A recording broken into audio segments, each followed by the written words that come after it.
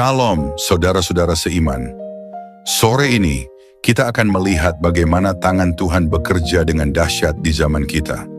Dunia mungkin berpikir bahwa kejahatan bisa terus merajalela tanpa konsekuensi. Kita sering membaca di Alkitab bagaimana Tuhan berperang bagi Israel. Bagaimana ia menghancurkan musuh-musuh yang mencoba membinasakan umat pilihannya. Tetapi hari ini, kita tidak hanya membaca kisah itu sebagai sejarah, kita sedang menyaksikannya terjadi di depan mata kita. Firman Tuhan di dalam Zakharia 2 ayat 8. Sebab beginilah firman Tuhan semesta alam, yang dalam kemuliaannya telah mengutus aku mengenai bangsa-bangsa yang telah menjarah kamu, sebab siapa yang menjamah kamu, berarti menjamah biji matanya. Tangan Tuhan tidak tinggal diam ketika umatnya dianiaya. Sejak zaman dahulu, Allah telah menetapkan bahwa siapapun yang bangkit melawan umat pilihannya akan berhadapan dengan murkanya. Dari zaman Mesir hingga Babilonia, dari Romawi hingga zaman modern, mereka yang mencoba menghancurkan Israel selalu mengalami kejatuhan yang tragis. Hari ini, kita menyaksikan sendiri bagaimana firman Tuhan digenapi di hadapan mata kita. Hamas, kelompok yang selama ini menebarkan teror, menghancurkan rumah-rumah, membunuh orang tak bersalah, dan berusaha menghapus Israel dari peta dunia, kini menghadapi keadilan Tuhan. Mereka yang dahulu merasa tidak tersentuh, yang merasa dapat bertindak semaunya tanpa konsekuensi, kini jatuh satu persatu. Dalam beberapa bulan terakhir, para pemimpin utama Hamas dihancurkan satu persatu. Mereka yang dulu mengatur strategi jahat, kini merasakan sendiri keadilan Tuhan. Saleh Al-Arori, salah satu pendiri Hamas dan otak di balik banyak serangan teror, tewas dalam serangan di Beirut. Orang yang tangannya berlumuran darah tak bersalah, kini telah menghadapi hukuman ilahi. Azzam Al-Ahmad, pemimpin militer Hamas, dihancurkan dalam operasi udara yang meluluh lantakan kekuatannya.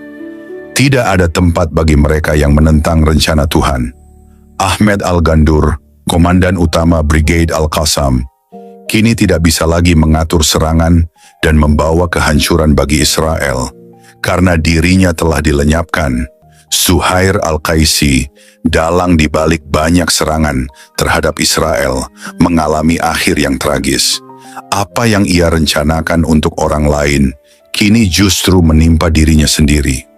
Marwan Isa, tangan kanan pemimpin Hamas, tak lagi memiliki daya untuk menyusun strategi penghancuran Israel. Keadilan Tuhan telah berbicara.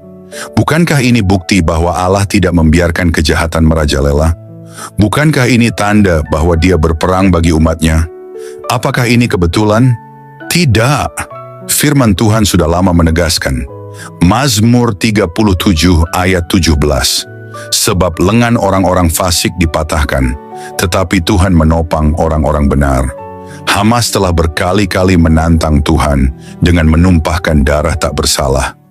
Mereka tidak hanya menyerang Israel, mereka menantang Allah sendiri.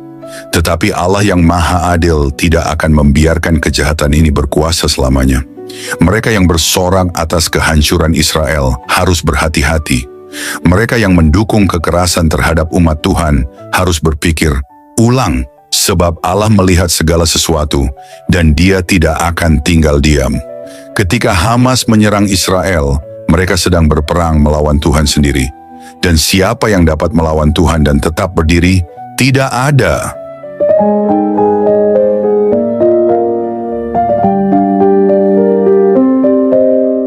Saudara-saudara, apa yang kita saksikan hari ini bukanlah peristiwa biasa.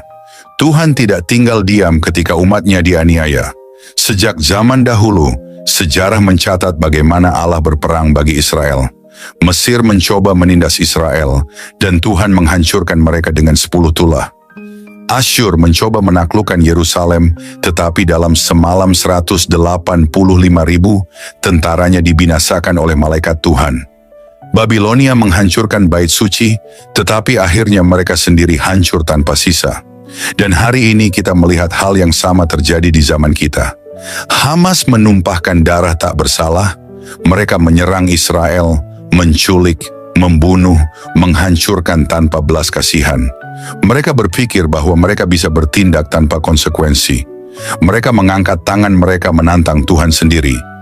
Tetapi lihatlah, satu persatu pemimpin mereka jatuh, satu persatu kekuatan mereka dihancurkan.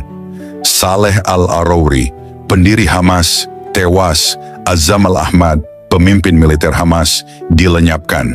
Ahmed al-Ghandur, komandan utama Brigade Al-Qassam, tidak lagi bisa berbuat apa-apa. Zuhair al-Qaisi, dalang teror, mengalami akhir yang tragis.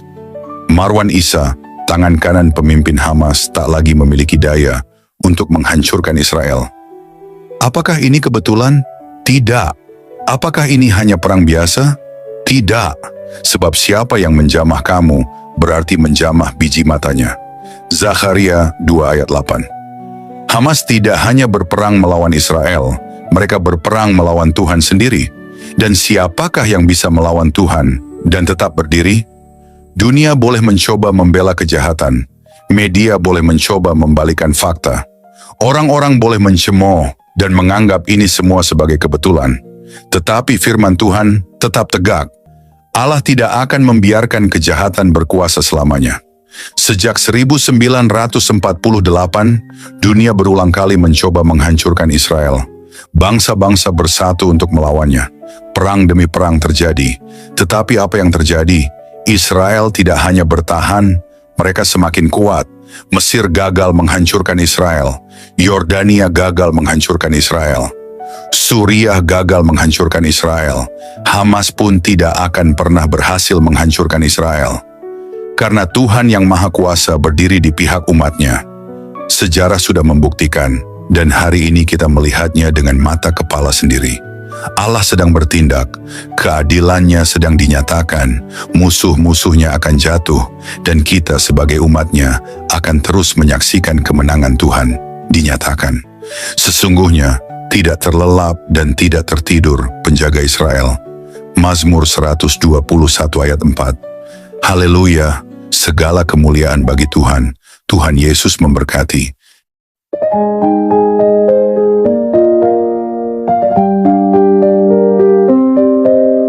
Mari kita berdoa. Kami bersyukur Tuhan Yesus, bersyukur kepadamu, Bapa, oleh karena firman-Mu yang sudah kami dengar pada saat ini. Dalam pergumulan kami, kesusahan, penderitaan, dan keadaan apapun yang kami alami, kami sungguh yakin dan percaya bahwa Engkau, Tuhan, sanggup menyelesaikan semuanya bagi kami. Kami datang kepadamu dengan segala kekuatan dan kelemahan kami, menyerahkan semuanya kepadamu karena kami percaya Engkau berdaulat. Engkau punya otoritas untuk menolong kami, membela kami, dan menyelesaikan segala sesuatu bagi kami. Engkau adalah Bapa yang baik, yang selalu memperhatikan anak-anak-Mu. Engkau mengerjakan semuanya karena kasih-Mu kepada kami. Terima kasih Tuhan untuk kasih, kebaikan, belas kasihan, rahmat-Mu, pimpinan, dan penyertaan-Mu dalam hidup kami. Pertolongan-Mu nyata dalam kehidupan kami. Kami bersyukur Tuhan, berkati kami sepanjang hari ini dalam segala aktivitas kami, studi, pekerjaan, usaha, pelayanan, dan segala hal yang kami lakukan. Pimpin kami dan jadikan kami berkat sehingga nama-Mu dipermuliakan. Kami berdoa bagi setiap saudara kami yang sedang dalam keadaan sakit.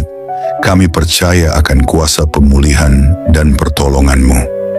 Bagi setiap yang sedang bergumul dengan persoalan hidup, lawatlah ya Tuhan dan nyatakan kuasa-Mu.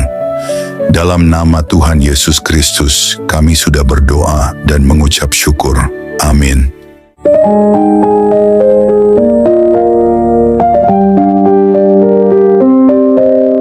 Puji Tuhan, saudara yang dikasihi oleh Tuhan, saya percaya bahwa firman Tuhan selalu menjadi berkat, kekuatan, dan penghiburan bagi setiap kita. Dalam setiap perjalanan hidup, kita mungkin menghadapi berbagai tantangan, pergumulan, dan ujian, tetapi firman Tuhan selalu memberikan jawaban, pengharapan, dan kekuatan yang baru. Roh Kudus yang telah diberikan kepada kita akan selalu menolong dan membimbing kita untuk semakin memahami kebenaran firman Tuhan. Dia akan menerangi hati dan pikiran kita agar kita dapat hidup sesuai dengan kehendak-Nya, berjalan dalam terang-Nya, dan mengalami kehidupan yang penuh dengan kasih karunia serta kemenangan di dalam Yesus Kristus. Jangan pernah takut atau khawatir, sebab Tuhan selalu beserta kita. Dia yang memegang kendali atas segala sesuatu, dan janjinya adalah ya dan amin. Percayalah bahwa setiap langkah hidup kita telah dirancang untuk membawa kita kepada rencananya yang indah. Pegang teguh firman-Nya, berdoalah dengan iman, dan hiduplah dalam ketaatan kepadanya, maka kita akan melihat kemuliaan Tuhan dinyatakan dalam hidup kita. Tuhan Yesus memberkati saudara semua. Teruslah bertumbuh dalam iman, kasih, dan pengharapan di dalam Kristus. Sampai jumpa dalam renungan berikutnya. Kiranya damai sejahtera Tuhan senantiasa menyertai kita semua.